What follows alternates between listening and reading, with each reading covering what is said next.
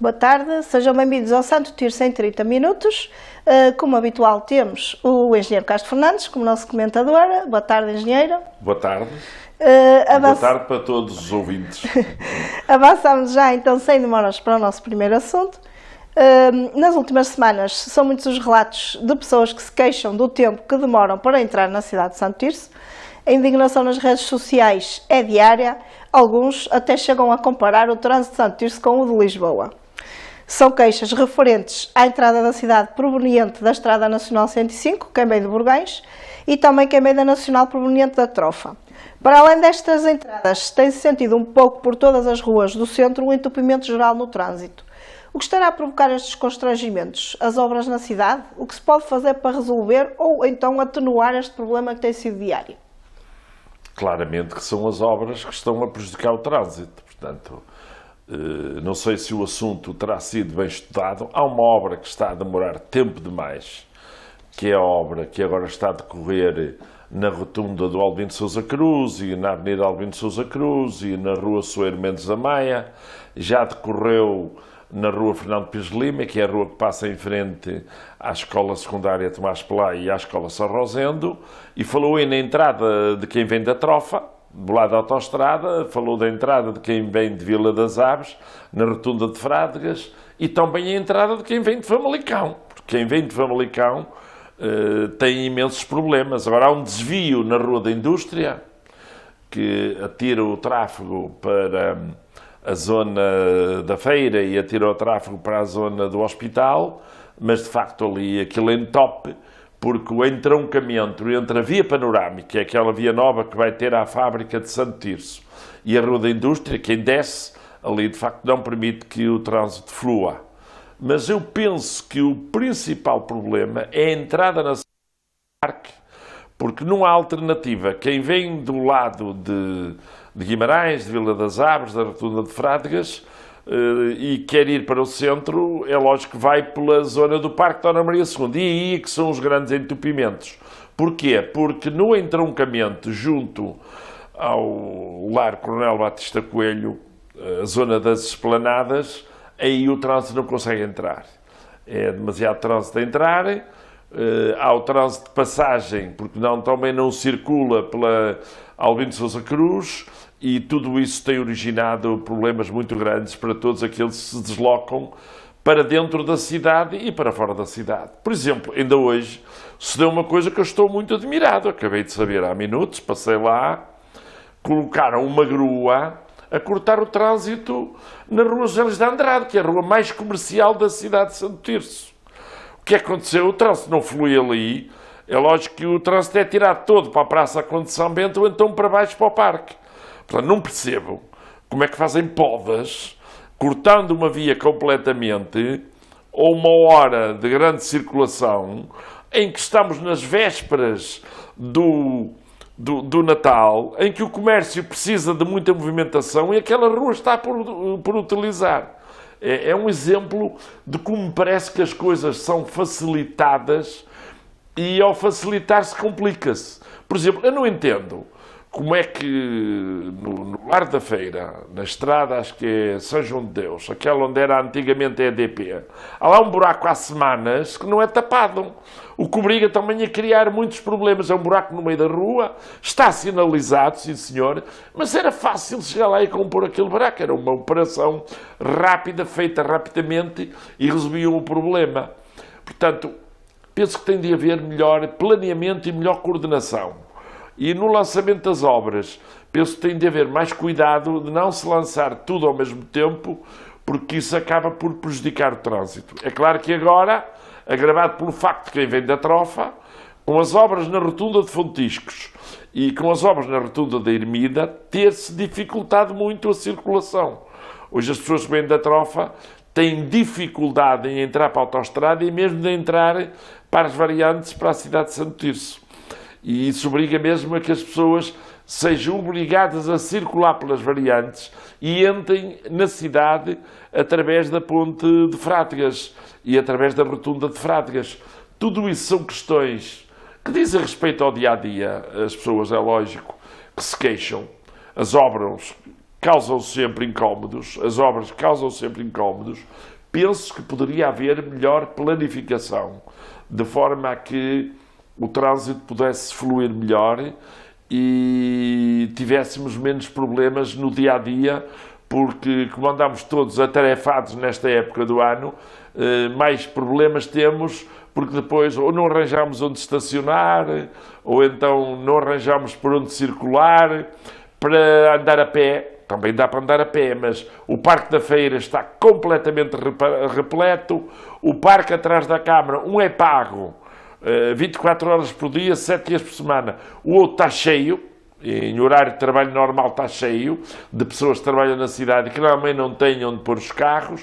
Portanto, são problemas que têm de ser bem analisados pelo trânsito da Câmara Municipal de Santo Tirso e certamente que eles também terão soluções técnicas para isso, evitando estes inconvenientes todos que levam, como disse a Sílvia, aos protestos nas redes sociais, na comunicação social, que acho que são sempre de evitar.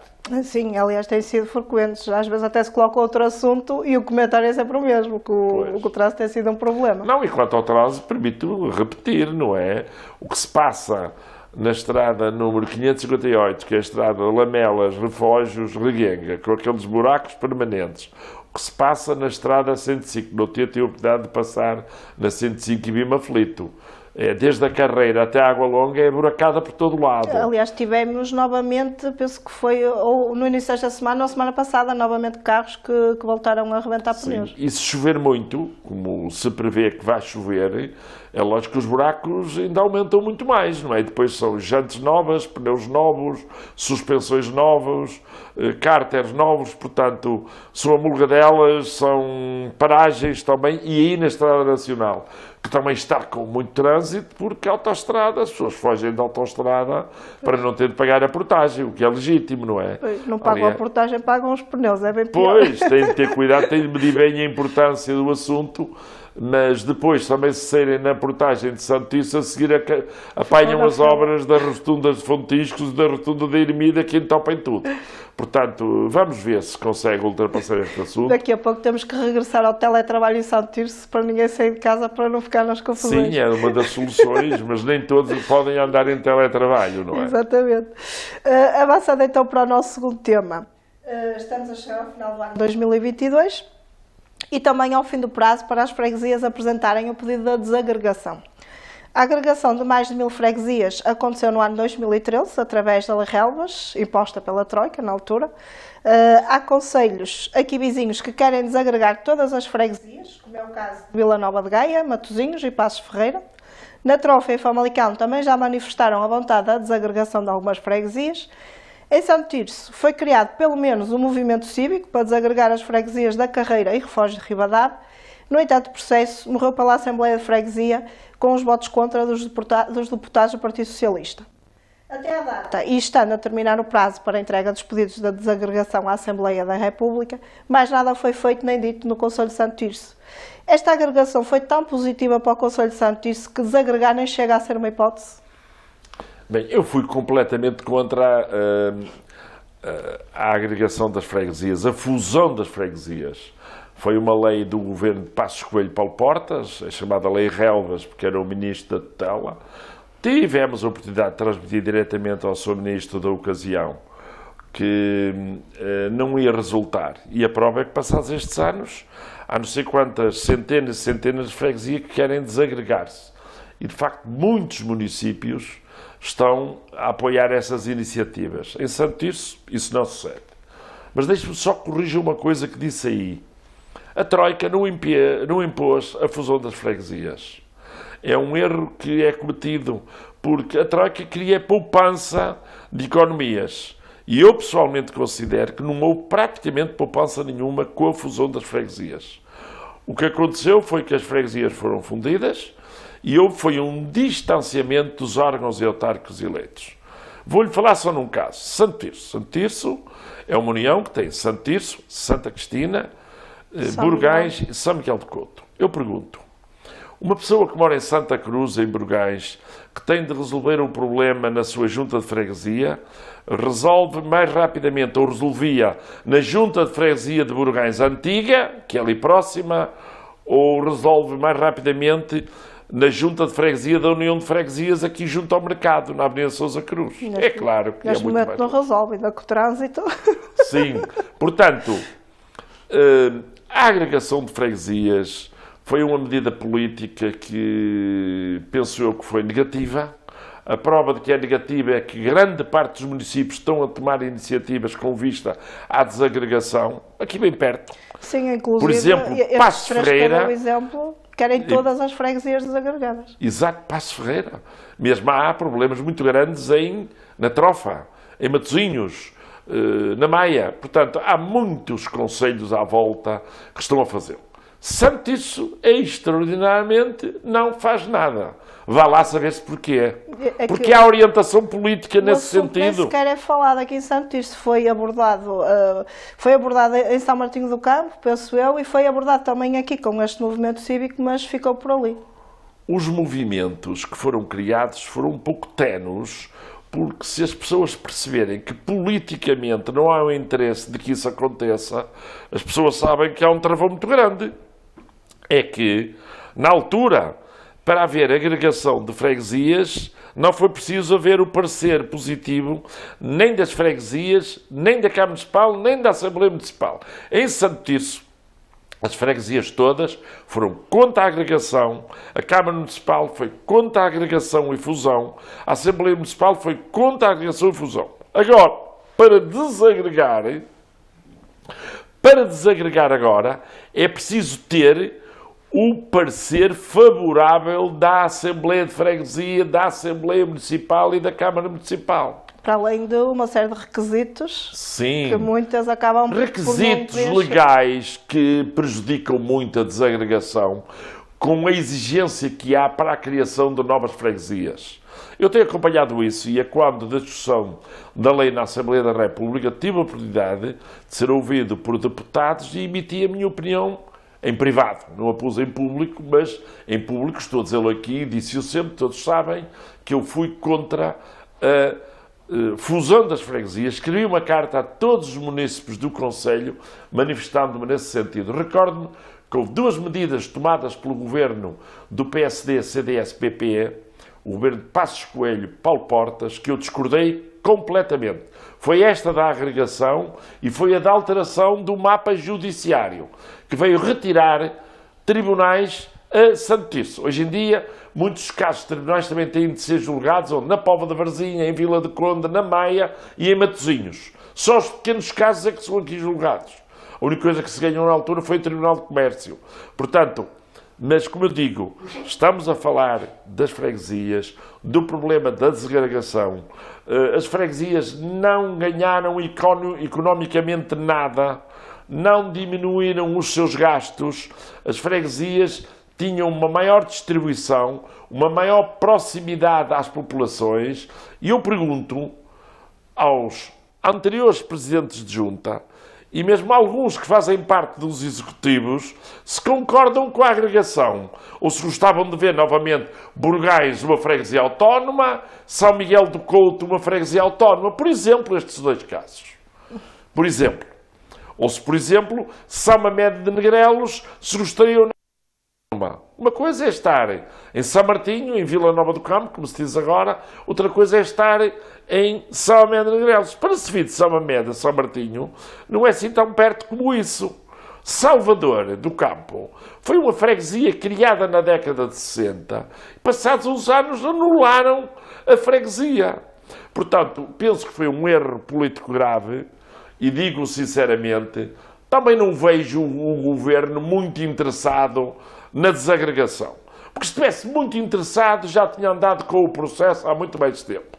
Já passaram 7 anos e agora está-se a chegar ao fim e, por insistência de alguns, está já a pedir-se que haja um prolongamento, porque há convicção de que se as pessoas forem esclarecidas, se as populações forem esclarecidas, certamente que quererão tornar a sua freguesia autónoma. A freguesia da Lama era autónoma, tem uma história enorme. A freguesia de Areias era autónoma, tem uma história enorme. A freguesia de Sequeiró era autónoma, tem uma história absolutamente incrível. A Palmeira também.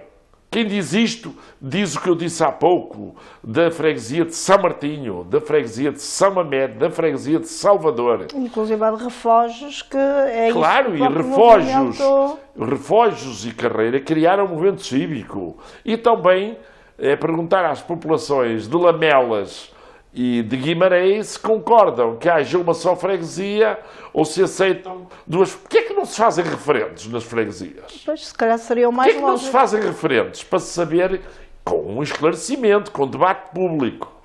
Eu já dei a minha opinião há anos, seu vencida, porque o governo de maioria absoluta do PST-CDS fundiu as freguesias, criou a fusão das freguesias. O atual governo prometeu há muito que esta lei ia ser debatida, demorou anos e anos a ir à Assembleia da República. Foram criados muitos crivos, não deviam ter sido criados muitos crivos para dar mais facilidade, mas mesmo assim há muitos concelhos que vão ver muitas freguesias desagregadas e eu penso que isso vai ser positivo para o desenvolvimento das freguesias e para o desenvolvimento também dos concelhos. E mesmo lá está, a nível de proximidade, tanto se fala da proximidade, temos uniões de freguesias que são mais que concelhos inteiros, a nível de população. O que Exatamente, também, exatamente. Não faz muito sentido. Exatamente. Que é inclusive o caso de Matosinhos, acontece essa questão, Exatamente. que eles dizem que há muitos concelhos que são mais pequenos a nível de população do que a união de freguesias que tem. Exatamente. Exatamente. Matosinhos é caso específico, não se justificou nada aquela fusão entre Matosinhos e Lessa, não tem jeito absolutamente nenhum. Bem, temos até ao final do ano para ver no que vai dar, que já não falta muito. Fazendo agora então um balanço também ao ano 2022. 2022 foi um ano marcado pelo fim da pandemia, entre aspas, ainda não terminou, mas já conseguimos viver com ela. Hoje li uma notícia muito perigosa. A notícia vem na última página do Correio da Manhã e diz que na China há 800 milhões de pessoas infectadas com Covid.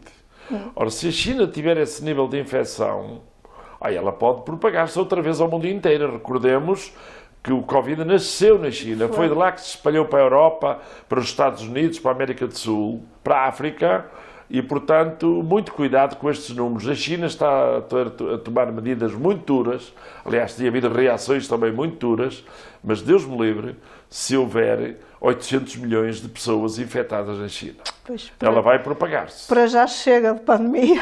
Chega. Temos também, infelizmente, o ano 2022 marcado também pelo início da guerra, que está a trazer consequências económicas mundiais. E estamos a começar a atravessar um período de recessão económica que poderá trazer graves consequências também para as famílias em 2023. Chegando ao final do ano, o balanço que fazemos é que foi um ano de sobrevivência, que poderá estar comprometido já em 2023. É quase certo que em 2023 os custos de vida aumentarão ainda mais e, possivelmente, a maior parte das famílias não terá orçamento para fazer face às despesas essenciais. Temos em Santo Tirso um orçamento que mantém os mesmos benefícios que em 2022. A oposição na Assembleia Municipal do passado dia 7 votou contra o mesmo, pois referiu a necessidade de mais apoios às famílias.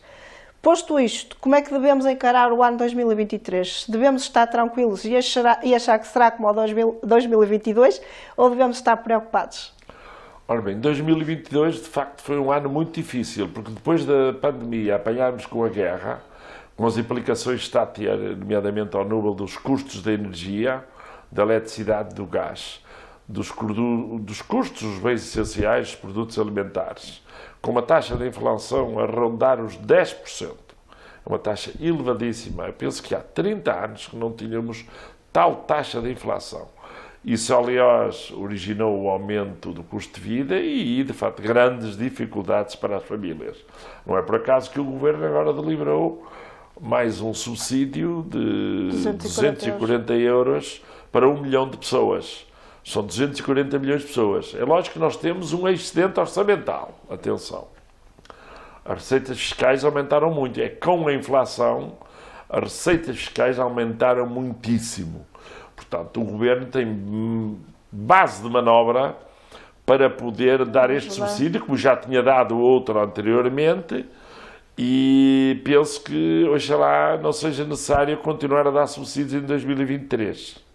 Oxalá. Isso significa que as coisas não estão a correr nada bem, significa que a guerra continua.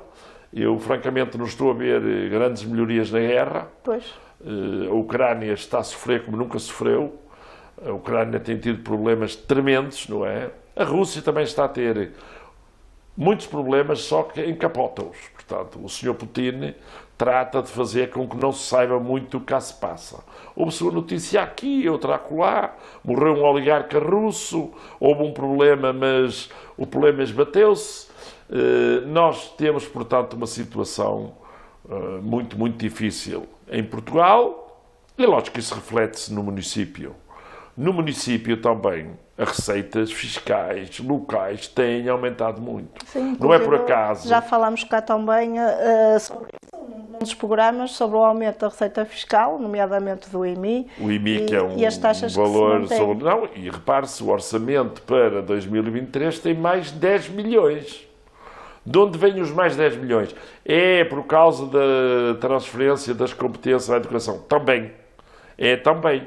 Mas não é só. É que, de facto, o aumento das receitas locais é muito. Isso deu origem a que há um aumento do orçamento de mais de 10 milhões. E não é só para investimento. Se fosse para investimento só, era muito bom. Porque as grandes obras que estão a ser feitas, as rotundas, quem paga é o Estado, através de PRR, nomeadamente a rotunda de Fontiscos e a rotunda da Ermida. Portanto, em Santo Tirso, penso que também as coisas, vamos ver o que vai suceder, mas com praticamente a manutenção dos impostos locais, o aumento das receitas locais, vamos ver como se vai traduzir isso em termos futuros em benefício das populações. Santo Tirso é um concelho que está a ter bom investimento privado, nomeadamente ao nível industrial. A zona de Ermida foi uma zona que foi criada no meu tempo, a zona industrial de Ermida é uma zona que está agora a responder em termos de investimento. A proximidade ao nó da autoestrada é essencial, daí as empresas se quererem fixar lá. De Ermida lá são 2, 3, 4 minutos através das variantes. Com a nova rotunda, certamente que ainda aliviará mais o tráfego para a autoestrada. A proximidade da autoestrada A3, que é Porto Braga, da própria A7, que é a Vila de Conde até Chaves, e da própria A41, que é a autoestrada que passa junto à Água Longa. Estas três autoestradas drenam muito trânsito e, portanto, que certamente que o investimento privado vai continuar. Isso é bom sinal. Quanto ao resto, em termos sociais, nós temos um problema muito grande, que eu penso que é o grande problema para 2023, é de criar habitação a custos acessíveis. Eu não vejo nenhum programa para Santo Tirso para a habitação a preço acessível, a habitação para a classe média baixa. O preço da habitação privada em Santo Tirso é muito caro, é de qualidade muito dele, mas também é muito caro. Há que criar novamente almofadas de habitação que permitam às pessoas arranjar alojamento. Um casal jovem, se quiser casar e se quiser arranjar uma casa para viver, não consegue em Santo Tirso. Ou então gasta logo o ordenado de um. Eu recordo que em 2005, mais ou menos em 2010, foram feitas quase 1.200 casas em Santo Tirso para habitação, que era ao nível da chamada habitação social. Na altura eram 24, em 24 freguesias, em 16 freguesias foram feitos 16 conjuntos habitacionais e foram feitos os chamados contratos de elemento para habitação em várias freguesias, na Vila das Aves, em São Martinho do Campo, em Santo Tomé de Negrelos, que essas foram para venda, mas a custos muito baixos. Os apartamentos na altura foram vendidos, os T2 a 50 mil euros. Portanto, hoje veja quanto custa um T2 em Santo Tirso ou quanto custa um T3. Até para o financiamento, as pessoas não têm possibilidade de ir ao financiamento. Portanto, é um tema que eu acho que é muito importante para 2023. O tema da habitação. As pessoas pedem mais habitação. Há muita juventude que quer viver, que quer criar família. Há pessoas que querem viver de fora de Santo Tirso para aqui, que não vêm porque não têm onde. Com o investimento privado, é lógico que isso forja mais a necessidade de habitação privada. as pessoas quererão viver em Santo Tirso para trabalhar na Ermida, por exemplo, ou para trabalhar em São Martinho do Campo, ou em Rebordões, ou em Vila das Aves. Portanto, temos de olhar esse aspecto. Eu penso que o grande tema do próximo ano, para resolver o problema também às famílias, é o tema da habitação, e eu espero que a Câmara se empenhe, porque vem aí o PRR, foi aprovado há 2 semanas atrás, o Portugal 2030, com milhares de milhões até 2030 para investimento. Santo Tirso tem de apresentar candidaturas, tem de apresentar projetos, tem de arranjar terrenos, e a Câmara não tem grandes dificuldades em arranjar terrenos através do PDM, e arranjar terrenos para construir e para responder às necessidades familiares, que são muitas, e é a altura, talvez, de todos nos empenharmos nesse aspecto. Muito bem. Chegamos assim então ao último programa Santo Tirso em 30 minutos, último deste ano. Quem nos está a ver que não fique assustado, continuaremos em 2023. Desafio aqui também é deixar uma mensagem de Natal a toda a gente que nos esteja a ver. Ora bem, depois de termos atravessado estes anos todos, praticamente desde 2020, 2021, 2022, e depois da guerra que estamos a atravessar ao nível europeu, o que espero é que este Natal nos traga diferenças, e o Ano Novo também, diferenças pela positiva. A resposta não é só local, não é uma resposta ao nível da freguesia, não é uma resposta ao nível do município, não é sequer uma resposta ao nível nacional, ao nível de Portugal. É uma resposta europeia, é uma resposta mundial, é uma resposta de todos, para combater todos os problemas que atravessam a sociedade, os problemas do aumento de preços, o problema da taxa de inflação elevadíssima, o problema da guerra. E eu penso que o primeiro grande desiderato mundial será de acabar com esta guerra da Ucrânia, porque além do povo da Ucrânia ter sofrido muito, com milhões e milhões de desalojados, aliás, vão atravessar um inverno muito, muito duro, e o que eu peço, de facto, é que os governantes mundiais se entendam.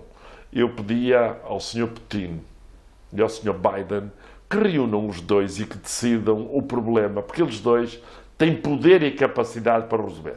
Haja vontade política mundial e nós teremos muito mais serenidade, e certamente que o desenvolvimento económico, o desenvolvimento social, o desenvolvimento do planeta será muito melhor num ano em que vão ocorrer algumas alterações políticas fundamentais, e aproveito para saudar publicamente a eleição do Presidente Lula, que de certeza vai dar um grande destino ao Brasil nos próximos tempos, onde vivem centenas de milhares de portugueses. Eu também desejo então a todos os seguidores do Diário Santo Tirso um Feliz Natal, um próspero 2023. Nós continuaremos a trabalhar para vocês e a crescer como temos crescido em prol também das pessoas do Concelho de Santo Tirso. Boa tarde a todos.